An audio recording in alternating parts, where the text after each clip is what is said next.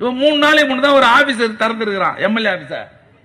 ஜனங்க மொத்த பேரும் எம்எல்ஏ எங்கடாக்குறான்னு தேடும் போது முந்தான தான் எம்எல்ஏ ஆபீஸ் திறந்தாரு, நம்ம அங்க போலான்னு மொத்தமா போயிடறான். எங்கயா எம்எல்ஏன்னு கேட்டுக்கிறான்.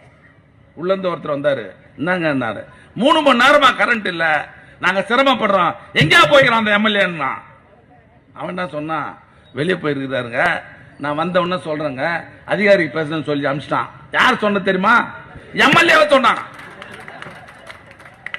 அவன் ஓட்டு போட்டவனு யாருக்கு ஓட்டு போட்டுன்னு தெரியல, அவன் நோட்டீஸும் போடல, போஸ்ட் போட்டு ஓட்டி தான் மூஞ்சி ஜனங்களுக்கு தெரியும். எதுவுமே இல்லை, ஓட்டு போட்டான். இன்னைக்கு காலையில் எங்கள் வீட்டில் ஒரு 50 பேர் வந்தாங்க, தண்ணியே வரல. நான் விசிலுக்கு தானே ஓட்டு போட்டேன், அங்கே போனேன் கை தட்டுக்கு சொல்ல, உண்மையை சொல்கிறேன்.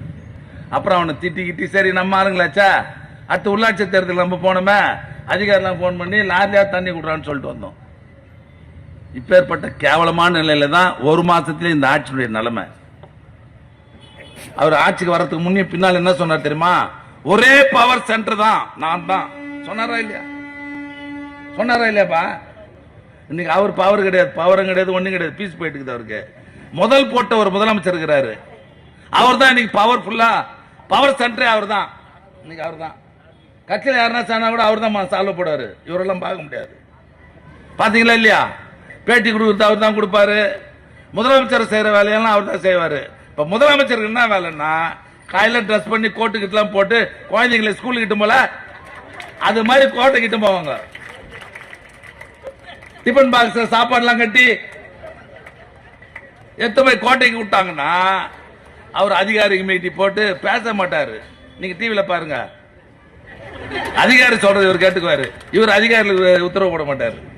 எல்லாத்தையும் கேட்டுக்கின்னு உடனே அவங்க பிஏ ஒருத்தர் வருவார், தம்பி அவர் ரொம்ப நாளாக இருக்கிறான் இது, தம்பி சாப்பாடு ரெடியாக இருக்குது தம்பி, இதோ வந்துடுறேன்ன கொஞ்சம் இருங்கன்னு சொல்லி போய் சாப்பிட்டுட்டு டிஃபன் பாக்ஸில் அத்த ஒரு செய்தி, டிஃபன் பாக்ஸில் சாப்பிட்டார். நம்மளும் எதாவது சாப்பிட்றது, டிஃபன் பாக்ஸ் கொண்டு வந்து அதில் சாப்பிட்டார், அதை பெரிய முக்கியத்துவம் கொடுத்து போடுறான். சாப்பிட்ட உடனே கூட்டம் நாடகம். 4 மணிக்கு திரும்பி பேக் பண்ணி ஸ்கூல் விட்டாங்கல்ல, எடுத்துன்னு வந்து வீட்டில் எடுத்து போய் போட்டு இதோட மறுநாள் எழுந்து வருவார். இது கடையில் நீ யாரையும் பார்க்க முடியாது. யாருக்கு தெரியுமா அப்பாயின்மெண்ட்?